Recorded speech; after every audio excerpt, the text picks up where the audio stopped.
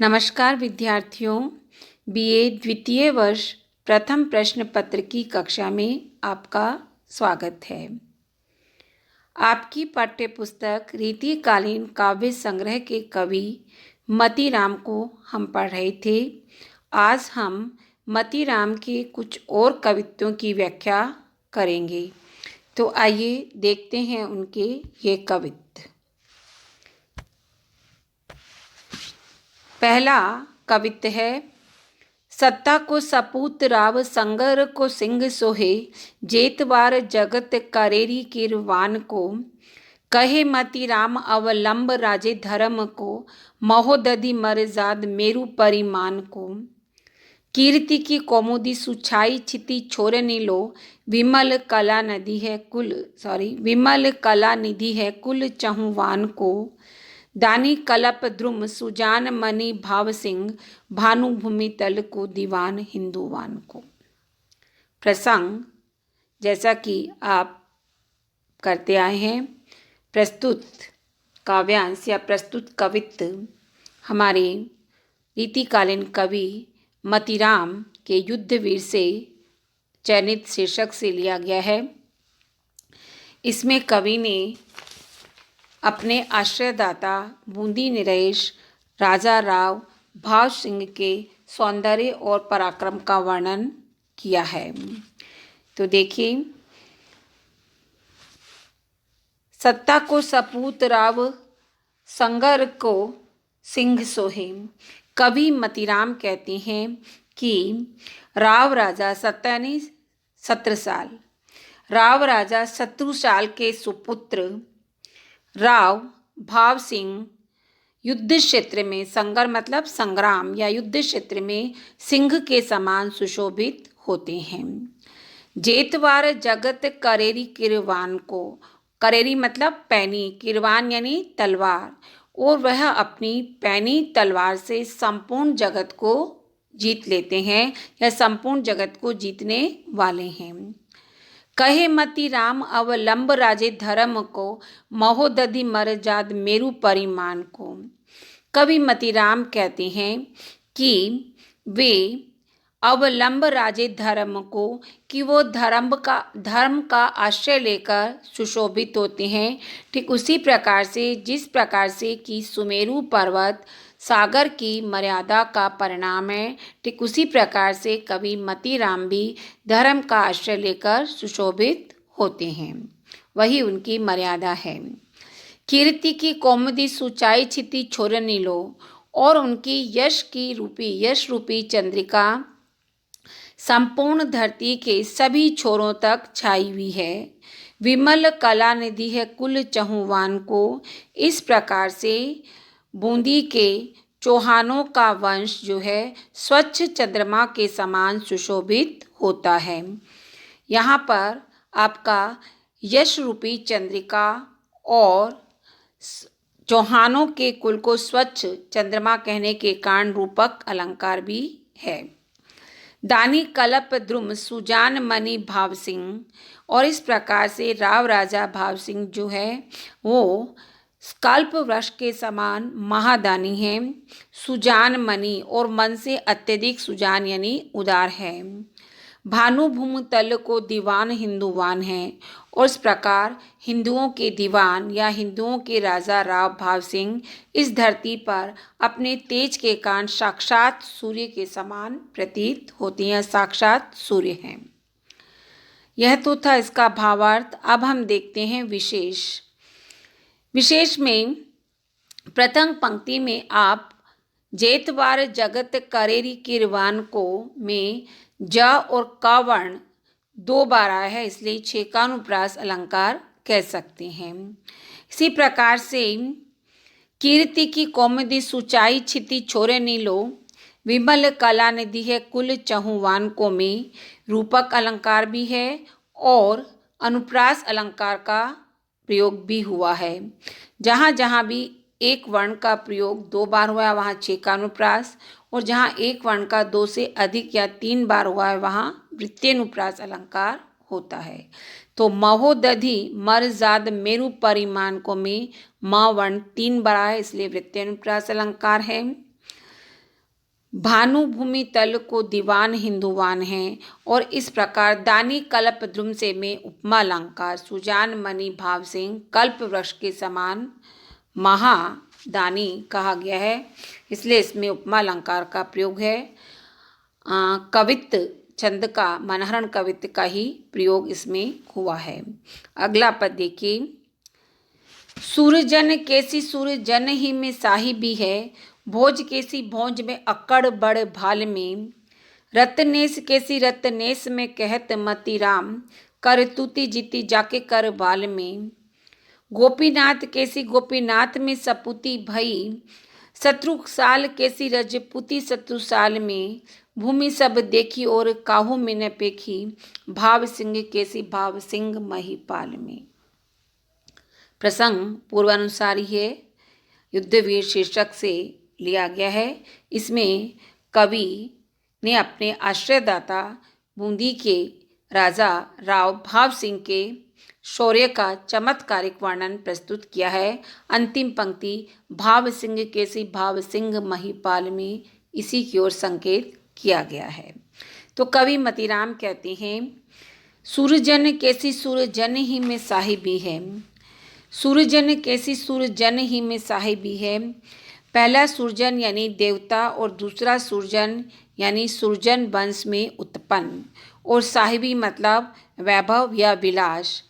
कि बूंदी के राजा राव भाव सिंह अपने वैभव विलास में सूरजन वंश में उत्पन्न बूंदी के राजा राव भाव सिंह अपने वैभव विलास में देवताओं के समान है। भोज किसी भोज में अकड़ बड़ भाल में, और श्रेष्ठता में वो धारा नगरी के राजा भोज के समान ही हैं और भाग्यशाली हैं।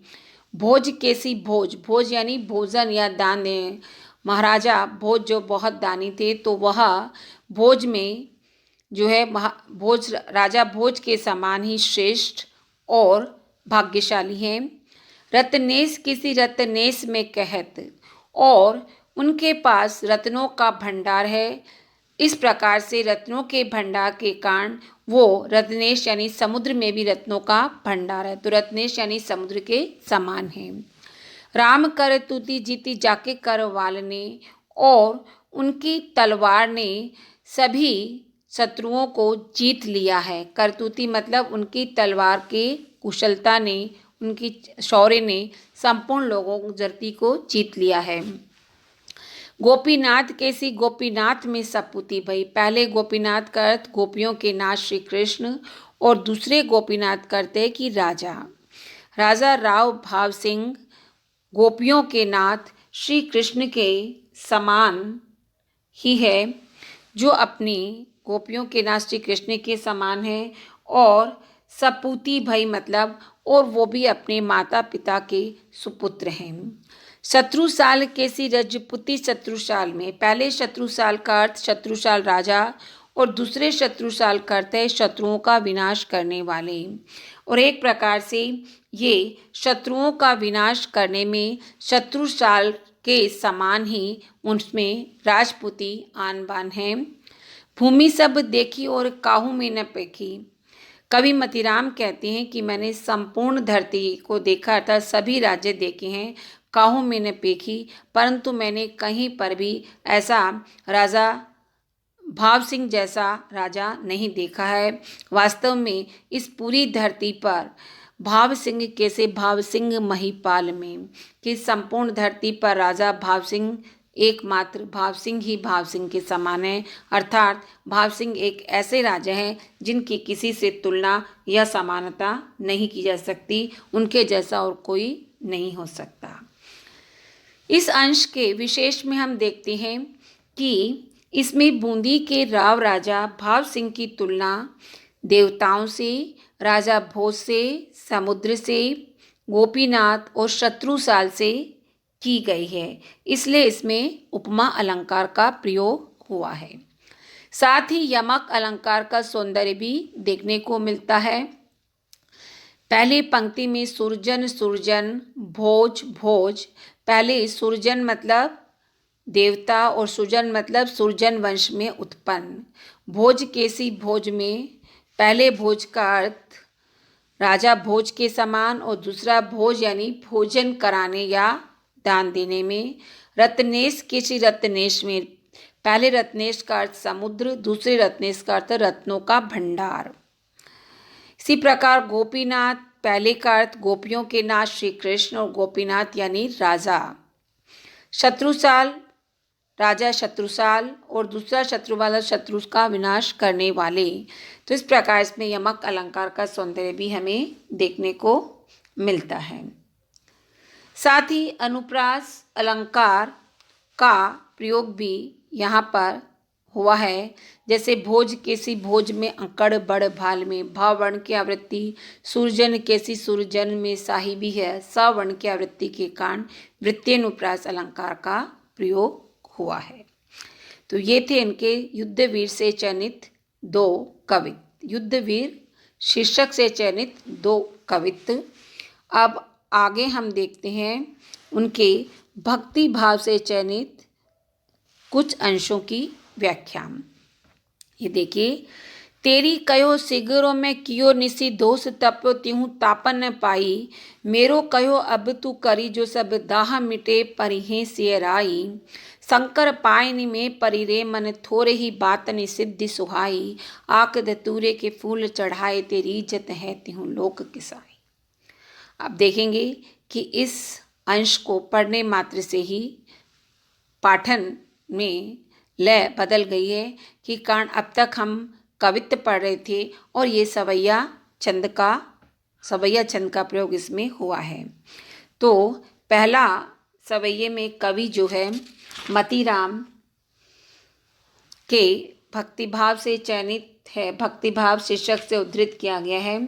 और कवि यहाँ अपने मन को समझाने का प्रयत्न करते हुए कहते हैं कि हे मन तेरी कहो सिगरों में कियो, कि हे मन तुम्हारे कहने पर मैंने सारे कार्य किए, परंतु फिर भी निस्सिदोष तप्यो तिहूँ तापन पाही, तीनों प्रकार के तापों से जलता हुआ रात दिन तपता रहा। तीनों प्रकार के ताप से यहाँ प्राय दैहिक, दैविक और भौतिक 3 प्रकार के तापों से है, जिससे कि संपूर्ण मनुष्य या संपूर्ण सांसारिक प्राणी तप्त रहते हैं। परंतु मेरी कहो अब तू कर जो, कि हे मन अब तू जो मैं कहता हूँ उसके अनुसार कार्य कर, और यदि तू ऐसा करेगा तो सब दाह मिटे परिहें सेराई, तो तेरे सारे ताप मिट जाएंगे परिहें सेराई, और तुझे शीतलता प्राप्त होगी। अर्थात तीनों प्रकार के ताप तेरे नष्ट हो जाएंगे और तेरे हृदय को शीतलता प्राप्त होगी। शंकर पायनि में परिरे मन, हे मन तू भगवान शंकर के चरणों में पड़ जा, अर्थात हे मन तू भगवान शंकर की भक्ति कर, क्योंकि थोड़े ही बात ने सिद्धि सुहाई, क्योंकि भगवान शंकर की थोड़ी सी भक्ति करने से ही तुम्हें सिद्धि प्राप्त हो जाएगी, तुम सिद्धियों से सुशोभित हो जाओगे। क्योंकि भगवान शंकर जो है वो भक्त वत्सल और सहज ही रीझने वाले हैं। ये कहते हैं कि आक धतूरे के फूल चढ़ाए तेरी इज्जत है तिहूँ लोक के साई, क्योंकि तीनों लोकों के स्वामी भगवान शंकर आक और धतूरे के सामान्य पुष्प चढ़ाने पर ही प्रसन्न हो जाते हैं और भक्त को उनका मन चाहा प्रदान कर देते हैं। इसीलिए हे मन तू भगवान शंकर की भक्ति कर। और यहाँ पर इस अंश में कवि ने भगवान ईश्वर के प्रति अपनी भक्ति तो प्रकट की है, साथ ही मन को भी समझाने का प्रयास किया है और भगवान शंकर के भक्त वत्सल और सरल उदार स्वभाव का वर्णन यहाँ पर किया गया है। अलंकारों में अनुप्रास अलंकार आप इसमें देख ही सकते हो, और छंद में सवैया छंद का प्रयोग हुआ है। भाषा ब्रज भाषा है और माधुर्य गुण का प्रयोग हुआ है। ब्रज भाषा हमेशा माधुर्य के अनुरूप ही होती है। अगला सवैया देखिए, गुच्छन के अवतंस लसे सिर पच्छन अच्छ किरीट बनायो, पल्लव लाल समेत छरी कर पल्लव सो मतिराम सुहायो। गुंजन के उर मंजुल हार सुकंजनी ते कड़ी बाहर आयो। आजु को रूप लखे नंदलाल को आजु ही नैनन ही को फल पायो। इस अंश में प्रसंग पूर्वानुसारी है। इस अंश में कवि कहते हैं, श्री कृष्ण के रूप माधुर्य का वर्णन करते हुए, उनके रूप सौंदर्य वर्णन करते कवि कहते हैं कि गुच्चनी के अवतंश लसे, अवतंश यानी कंधे पर, गुच्चनी मतलब उनकी बालों की लटें। श्री कृष्ण के कंधों पर उनके सुंदर घुंघराले बाल जो है वो लटक रहे हैं या सुशोभित हो रहे हैं। सिर पच्छन अच्छ किरीट बनायो, और सिर पर पच्छ यानी पंख, मयूर के पंखों से बना हुआ सुंदर मुकुट सुशोभित हो रहा है। पल्लव लाल समेत छरी कर पल्लव सो मतिराम सुहायो। कवि मतिराम कहते हैं कि उनके पत्तों रूपी हाथों में पत्तों की सी लालिमा छाई हुई है, जो अत्यधिक सुकोमल और सुंदर लग रही है। गुंजन के उर मंजुल हार सुकंजनी ते कड़ी बाहर आयो, और सुकंजनी मतलब सुंदर कमलों से निकलकर बाहर आए गुंजाओं के फूलों की माला को उन्होंने अपने हृदय पर, सुंदर माला को उन्होंने अपने हृदय पर धारण किया हुआ है। या यूँ कह सकते कि उन्होंने सुंदर कमलों से निकलकर बाहर आए गुंजाओं से सुंदर हार अपने हृदय पर धारण किया हुआ है।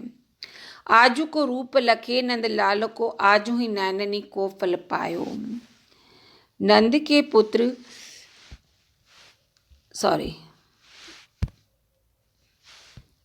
पुत्र श्री कृष्ण के आज का रूप देखकर, श्री कृष्ण के आज के रूप माधुर्य को देखकर ऐसा लगता है कि मानो मेरे नेत्रों ने आज ही नेत्रों का फल पा लिया है। नेत्रों के फल से अभिप्राय है कि नेत्रों को उपयोगिता तभी है जब वह किसी अद्वितीय अनुपम वस्तु के दर्शन करे, और यहाँ पर उन्होंने श्री कृष्ण के अद्वितीय अनुपम रूप माधुर्य का दर्शन किया है, इसे उन्हें आज उनका सुफल प्राप्त हो गया है। अंश विशेष में हम कह सकते हैं कि उन्होंने अपने आराध्य श्री कृष्ण के रूप माधुर्य का चित्रण करके उनके प्रति अपनी श्रद्धा भाव प्रकट किया है। अलंकारों में इसमें अनुप्रास रूपक अलंकारों का प्रयोग हुआ है। कर पल्लव में रूपक अलंकार है, और अन्यत्र जहाँ कहीं भी वर्ण की आवृत्ति हुई है वहाँ हम इसमें अनुप्रास अलंकार कह सकते हैं। इसके अतिरिक्त विशेष में पूर्वानुसारी सवैया छंद का प्रयोग हुआ है। भाषा ब्रज है और सवैया छंद की गति भावानुरूप है